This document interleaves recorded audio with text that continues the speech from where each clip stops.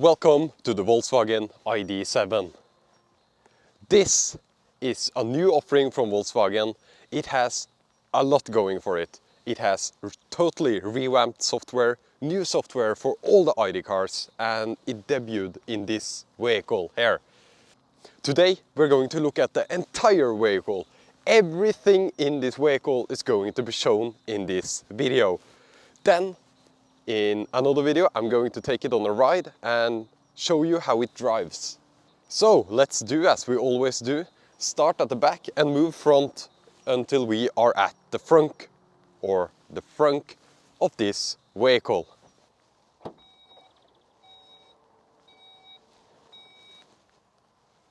Okay, so as you can see, this is not a normal sedan opening. This is a liftback, like the Tesla Model S. And that means that we have much better space utilization back here. As you can see, there is a ton of space here, especially considering this is a sedan and not a wagon or a station wagon, which will come later. This is just a normal sedan. It has the sloping roof, but has a ton of space due to this liftback design. And you also have this parcel shelf, which 90% of customers remove. And with the parcel shelf gone, you can see that we get even more space here. So a ton of storage. So you have these weather mats. I don't know which trim you need to get this included. Anyways, you have more space under here. And even more space under here as well. You can put this, we can remove this one, and this one can be put, yeah. Now it's a lot of stuff here, so I'll just move it out of the vehicle to show you how much space it really is. You can see here, charging cables and some foam materials and stuff, but everything can fit under the floorboard, which I have removed, which is super nice. There are hooks for securing cargo, which is actually body colored, which is quite impressive. Here and on the other side, here there is one as well. And you have them inside there and here as well for securing cargo. Super nice. Super nice to have, super important to have, and many have those cheap plastic ones. These are all metal and super solid, it seems. 12 volts in the rear, very nice for a cooler. We have a tow hook.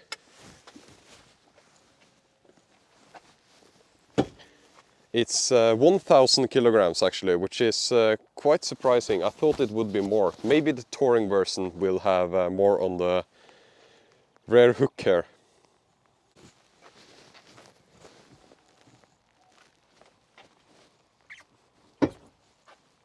You can fold down the seats here. They are mechanical and will fold down the seats automatically. You need to manually move them up again after you have put them down, unfortunately. But at least you can pull them down from here. I won't pull the seats down now because there is actually a child seat there, which will block both of these seats because they are in a 40-60 configuration. So I can't pull down any of the seats since the child seat is on that side. If the child seat would have been on the 60 piece, that would be no problem. Before we move to the middle seats and the cabin, I want to talk about this charging port. So it opens up. This has never been done before in a Volkswagen actually. They usually open to the side. The benefit of opening it up like this is that snow and ice can fall here instead of into the charge port. I'm curious if this mechanism allows for a certain amount of ice or snow though.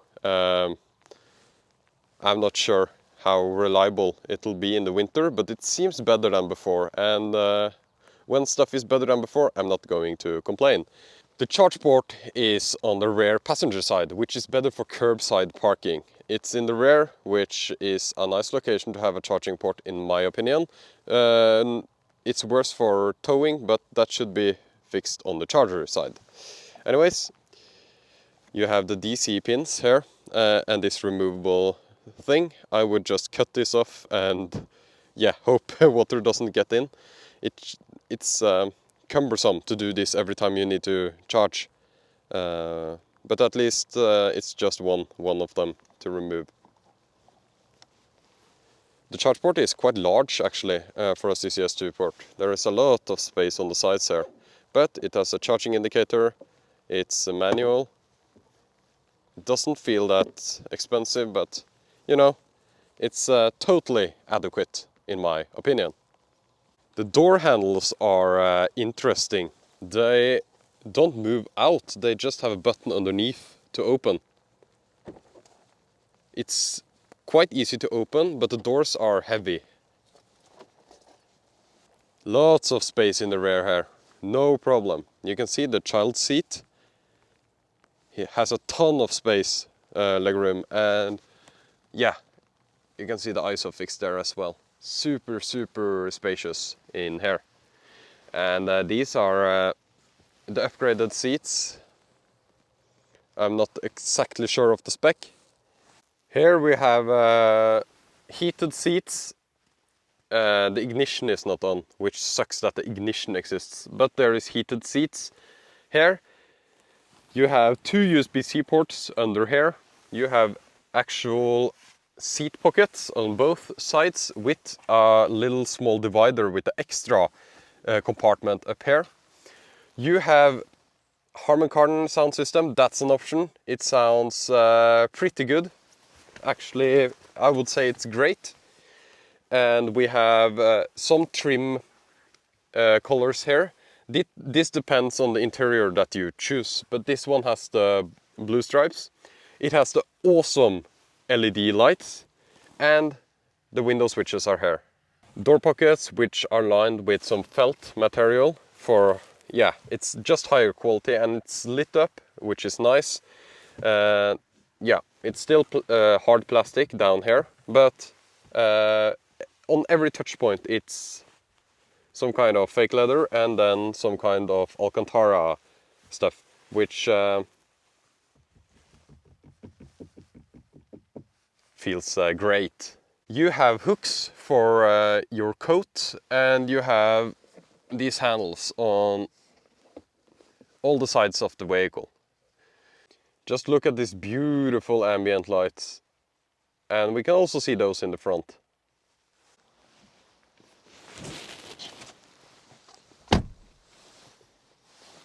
Ambient light continues on the front doors all the way around here. And let's start with the front driver's door here. So you have these kinds of door handles for opening the door from the inside. They feel very natural and nice. They are a little bit small, but it looks very sleek. I don't like that it's piano black behind here, because this is going to get very fingerprinty and greasy over time. We have the same window switches as in the ID bus and the ID.4, which are combined for both the front and the rear of the vehicle. So you have this button to change between if you want the rear windows or the front windows. It seems a little bit faster than before though. I'm going to admit that. But I don't like that it's just 2 buttons. There should have just 4 buttons here. Door mirror adjustments here, and heating for the mirrors on the side. Moving over to the classic ID light panel, or the modern Volkswagen light panel. So here you can choose your lights really. So you have the front weather lights. It will indicate if you have the high beams on. You can set the max defroster, the rear defroster, rear fog lights. No front fog lights on this one.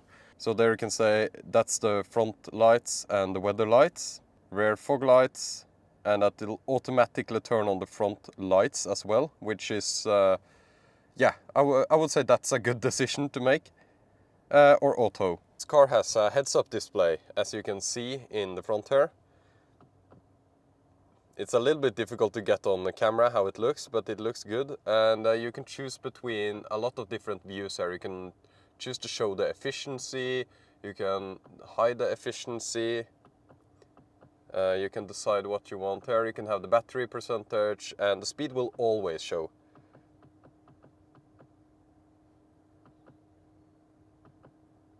Yeah, you could choose between some different views here on the steering wheel, whatever you prefer. I would like to have the battery there probably, or the efficiency. Can you have both?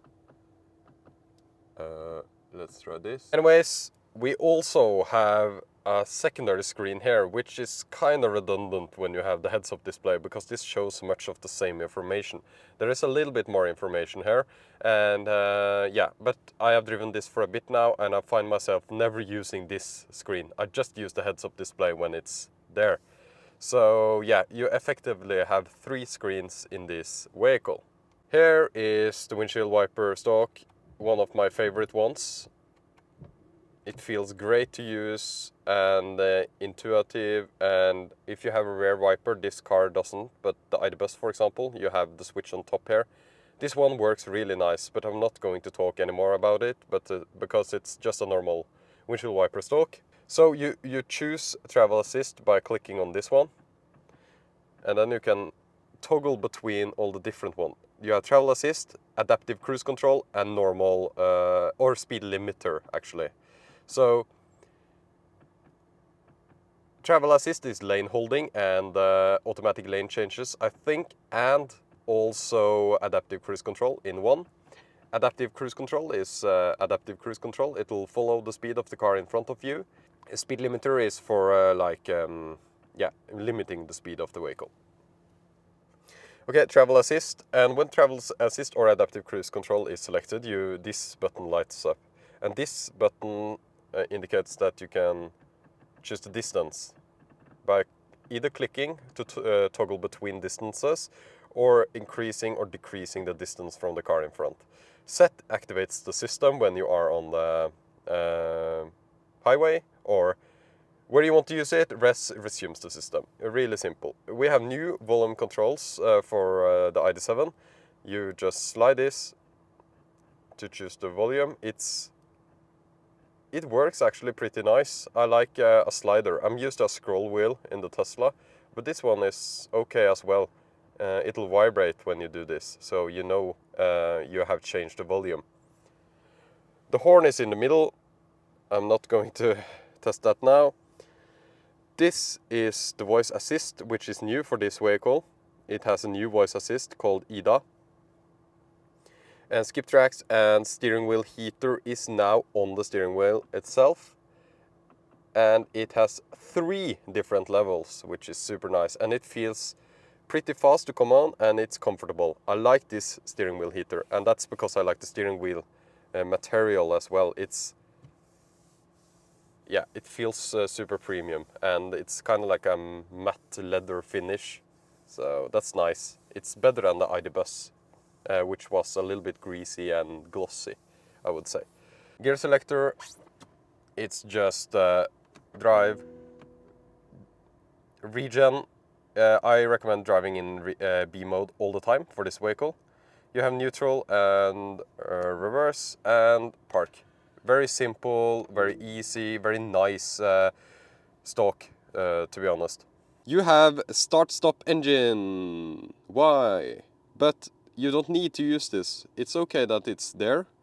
But to turn on this vehicle, you just press the brake pedal, and then the ignition is on, which is what they call it, but it's not really ignition. But yeah, the systems are active once you press the brake pedal. If that doesn't work, you can use this start engine button. The middle console here has a wireless charger. It has 2 USB-C ports and quite a bit of storage. You also have storage underneath, which has some kind of rubber material. Super nice. These ones are actually manual. Well, they don't slide by themselves. I guess that's totally adequate, to be honest. And you can close up this entire section. You can have just the cup holders, or you can have just these ones for your phone. It's all up to you, really. So you have a place for cups or the key. If you don't have power on the key, you need to put it down here. If we move here, I just press this one. I'll show you once more. You just press this one. You have extra storage down here. A little extra box for sorting the items. You can have 2 boxes here, it seems. It's quite deep, actually. It's quite deep.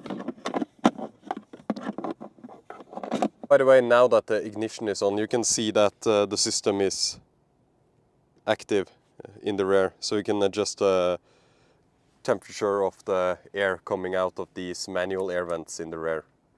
And also activate heated seats on... it seems like it's both the side seats, but not the middle seat for heated seats. Let's talk about the big thing in this new vehicle, and that's the new software here. I have tried it for a little bit now, and I've also tried it a little bit before, and I must say that I'm impressed with what Volkswagen has been able to do, because I know they have had quite a lot of trouble with their software department, and it's nice to see that a better product comes for the customer. So I don't know where to start, but this system is much... First of all, this system is much snappier than before. It's almost as snappy as car infotainments get. But it can always be better, of course, but this one is more than adequate. So you have a lot of apps here. That's the way they have done it all the time. You have 2 pages of apps. You have the climate menus always available down here. And this button in the middle always gets you home, but we are home now. This is the home screen. So let's talk a little bit about what we see here. So we see Ida, which is the AI assistant. It's actually based on ChatGPT, I think, if I'm not mistaken. You can ask stuff. I'm not really into having voice assistants in my car, but if you like it, it's there. Well, let's just start somewhere. So we open the app menu. We have the telephone. I'm not going to go into that because it's self-explanatory. Radio, media, navigation.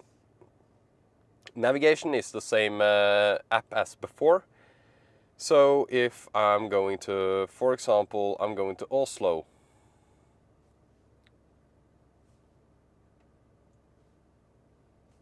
Oslo, Norway. Start. It'll tell me that I need 1 charging stop at the Tesla supercharger Maurset. And it'll precondition there because it's in the navigation, and I'll show you how to manually precondition also, but let's just adjust the ISO a little bit on the camera. So Tesla supercharger Maurset, it wants to stop for 20 minutes there, and that makes so much sense, actually. You know, I've driven this route so many times, and that's where I stop for about 20 minutes. So yeah, that's actually pretty cool. Let's do another route which is a little further away. Okay, so it won't go to Africa. Let's try Lisbon,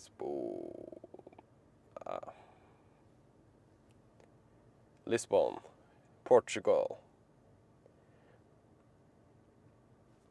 Continue. Start new guidance. Give me charging stops, my friend.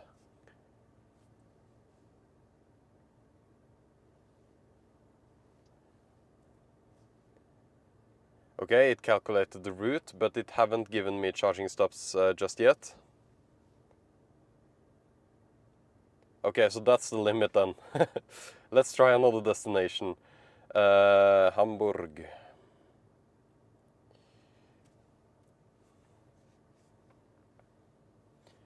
Burger Bar Hamburg.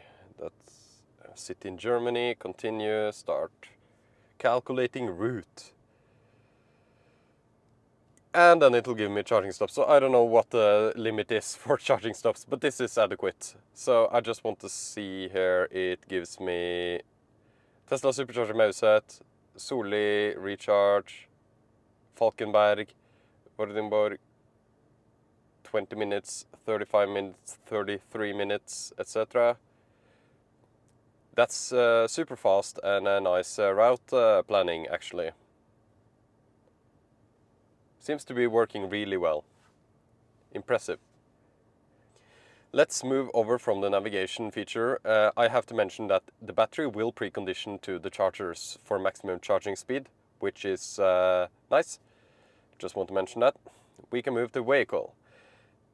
So the status, the efficiency, tire pressure, vehicle comfort light. Yeah, it's just animations on the headlights and stuff. People think this is a gimmick. I love this stuff. Give me all the light animations. They are awesome. You can adjust the heads-up display. Augmented reality, it will show you the roundabouts and the turns that you need to take. Super nice. And it'll show a line behind the vehicle it follows on adaptive cruise or travel assist. Color scheme for the heads-up display. Snow. Yeah. It'll make the text to blue instead of white. Nice. It's to give contrast when it's snow outside. Augmented reality content, driver assist, in heads-up display. Yeah, this is just all the things it'll show in the heads-up display.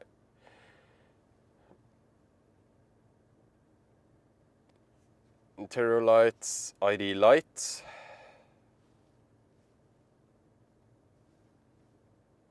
That's the light up here, which will show you which turn to take and stuff. I like this light as well.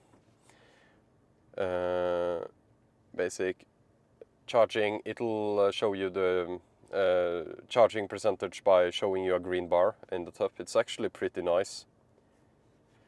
Infotainment, voice assist, yeah, driving and maneuvering, park assist, takeover steering. This will just what the ID light will show you. You can decide that. Cockpit and trip recorder and stuff like that. I think that's for the vehicle menu. App Connect, that's just for Apple CarPlay and stuff. Parking is for 360 camera and park assist. You can indicate a parking space and then it'll automatically park for you. Usually this is a very slow feature that doesn't work that well, but maybe it works better here. Here we have parking and maneuvering settings, and yeah, basically just this stuff. And 360 camera is nice, very nice. Charging, this one is interesting. Let's go into the charging. So you have indicated range, which is a gasometer, which is always wrong. And you have indicated percentage. You have max 80% recommended for, I don't know why it says, stays at 100 here. Max 80 recommended for optimum, it's the health of the battery. You should charge to 80%. You can set it in increments down to 50. Super nice. I like this. Optimize. Current rapid charging capability is only 41 kilowatts. What do you mean? Well, the thing is that the battery is cold and it will charge slowly. And this is one of the few cars, I think Mercedes-Benz also shows you the maximum DC fast charging rate when you plug in here. But this one also does. This is a fantastic feature. It will help so many people understand how the battery technology works. And it also has this additional information, optimization up to 76 kilowatts possible. It needs 37 minutes to optimize the battery temperature to give you 76 kilowatts for charging instead of 41. And if you press start battery heating here, it'll start warming up the battery. This line will move all the way to 76 kilowatts here, which is the maximum rate at this state of charge when the battery temperature is correct. And you can also stop battery heating. So this is a manual preconditioning button, which will show when it's needed. Super impressive that Volkswagen has added this, actually. Not many vehicles have this capability. Save charging locations. You can add the charging location. And yeah, decide the charge level and when it's going to charge and when it's going to precondition based on location. Interesting, that's nice. Very nice, I like that. Battery care mode. What is battery care mode? It is often enough to charge 80% to preserve the battery. The battery care mode helps you avoid long stationary periods of high charge level and thereby optimize the battery service life. After successful charging to a charge level above 80%, the battery care mode resets the target charge level the next charging process. Yeah, okay, so it'll always reset to 80% after you have set it to 100%, for example. That's nice. That's an option I would have turned on in case I forget to turn off the 100% charge limit. Then it'll reset to 80% for me. Bidirectional charging, so you can actually pull from the battery here up to a certain amount. You need hardware. Charging hardware capable of this. AC charging, reduce AC charging current. This is nice if you charge off a sketchy wall outlet. Release AC charging connector automatically. Yes, please. Yes, please. There are so many times you need to press the unlock button on the key on the ID cars to actually unlock it. Yeah, that's nice. Super nice. Okay, I think we're done with the charging menu. To summarize, much better charging menu, so intuitive, so fast, so nice, so many nice features like this maximum charging capability. Many other cars don't have this, and it'll show you all the information if you press the information key. This is learning new EV drivers how the cars work. This is education, super nice. By the way, the screen is enormous. It feels as large as in my Tesla, almost. Stationary air conditioning. I don't know why they call it that, but you know, it's just keeping the temperature on. Start stationary air conditioning when vehicle is unlocked. So they are starting to become like a Tesla, like other EV vehicles, where you have stationary air conditioning when the vehicle is unlocked or you sit in the car automatically. You don't need to activate it each time. It's just, this is super nice. This should be like this, and it's default on, it seems. If it's not default on, please turn on this feature. You want to have the heating or cooling available when you just sit in the car and the car is unlocked. Assistance systems, here you have a lot of different things, and this menu is super nice, so you can turn off the drowsiness alert if you don't want that. You can have a trailer detection on or off, and speed limit warning. This is mandatory in the EU to have on each time you start a car. So yeah, that's image view, and you have a list of the same items. Pretty nice. Attention monitoring. So there is an IR somewhere here. IR scanner. Anyways, I like this menu. You can turn on and off the systems that you like. You have settings. So I turn this system into English. Time and date, units. Yeah. Can you turn on watt hour per kilometer? No! No. I want watt hour per kilometer. Kilowatt hour per 100 kilometer is very easy to convert though. Restore factory upgrades. I want some upgrades. Let's look at the upgrades. Unlike the weather function, come with you here. We upgrade. We don't upgrade because there are no upgrades. Network, you can connect to Wi-Fi. This car has over-the-air updates. Configuration wizard. Yeah, I'm not going to go through that. Driving mode. So you have the same as the ID bus. You have eco, comfort, and sport, and you also have individual. And in individual, you can actually. This is dynamic chassis control, I think.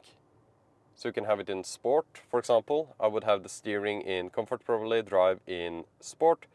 Exterior engine sound. Oh, we need to test that afterwards. Adaptive cruise control, comfort, light assistance, sport maybe. Air conditioning, comfort.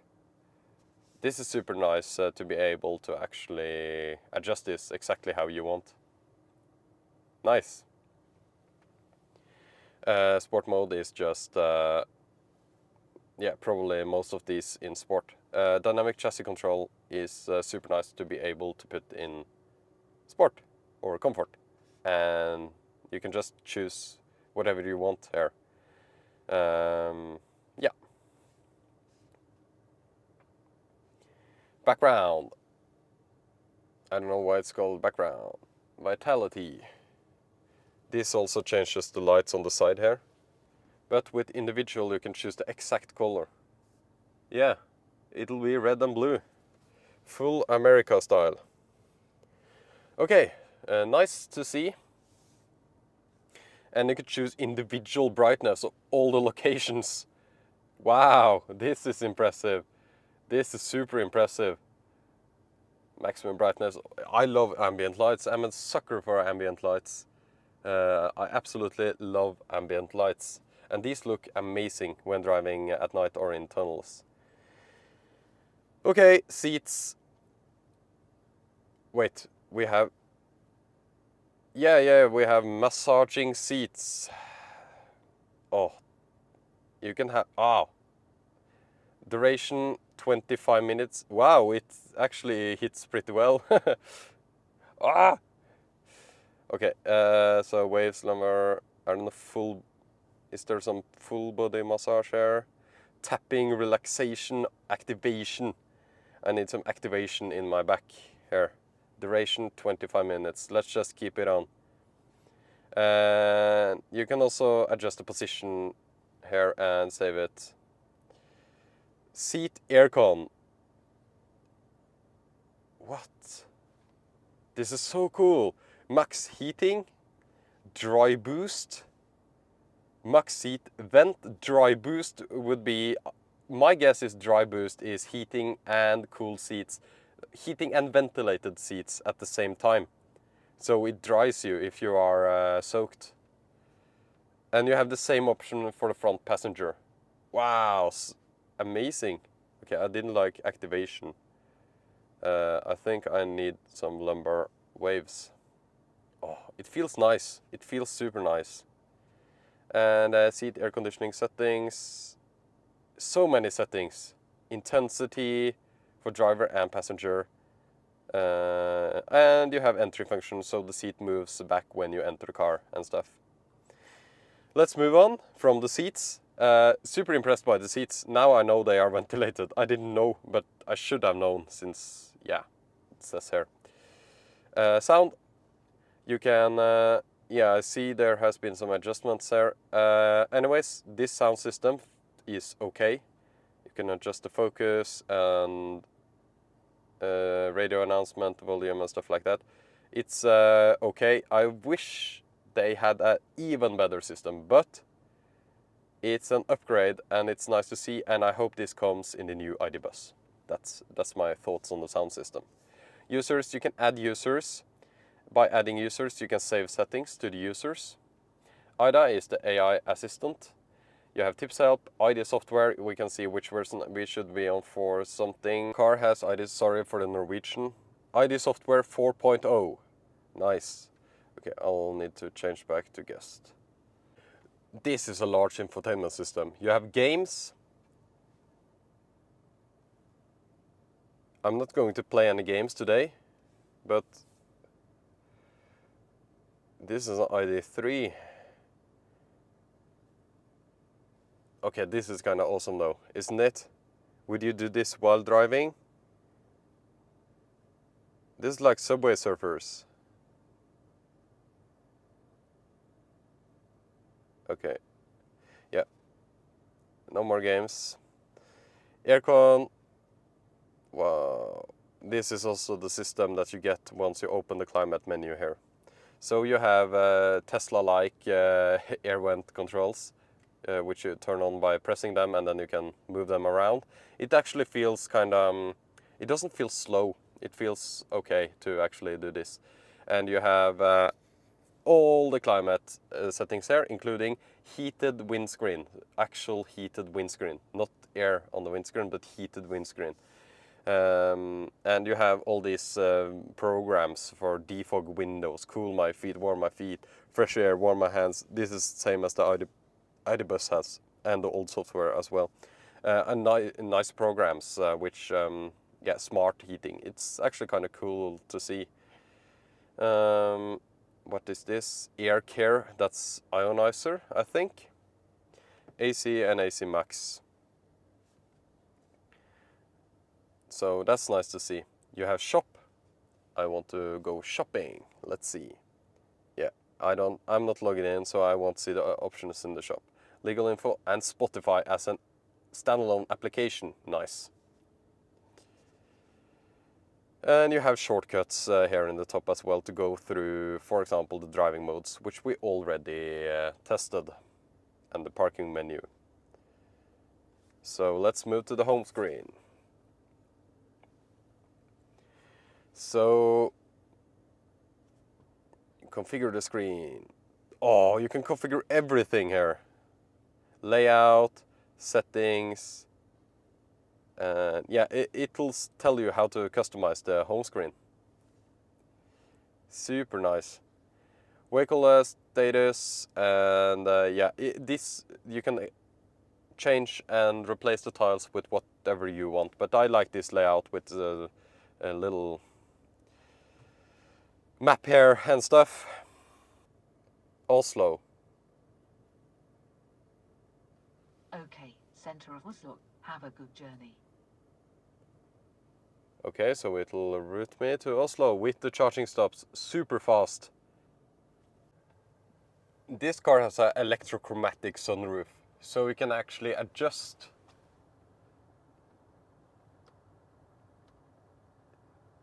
As you can see, you can adjust the entire sunroof by sliding here. Impressive and super nice. I almost forgot that the hazard button is here. And the glow box is a regular glow box with a regular glow box opening. That's rare to see in modern cars. The seats have this Alcantara material. And of course they are ventilated, like you can see here. These are some of the nicest feeling seats that I have seen. I love this kind of Alcantara material. I'm super fan of it. And I like it way more than having leather in this area. Super nice. I'm not sure about the accents here, but they look nice as well. They do, absolutely. To open the frunk, you press this, and you move. And surprise.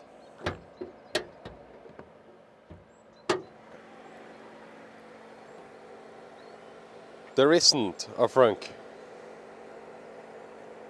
At all. Which sucks, but is normal for the ID cars. And oh, it's super heavy. And I have to say that this aquamarine blue color is one of the best car colors that I've ever seen. It's a dark blue with a little bit of green tint. It's super, super, super nice. So this car just looks fantastic. It's a little bit tall to be a super sleek sedan, but it's pretty sleek, I would say. It looks better than the EQS in my opinion. This one has the nice 20-inch wheels as well.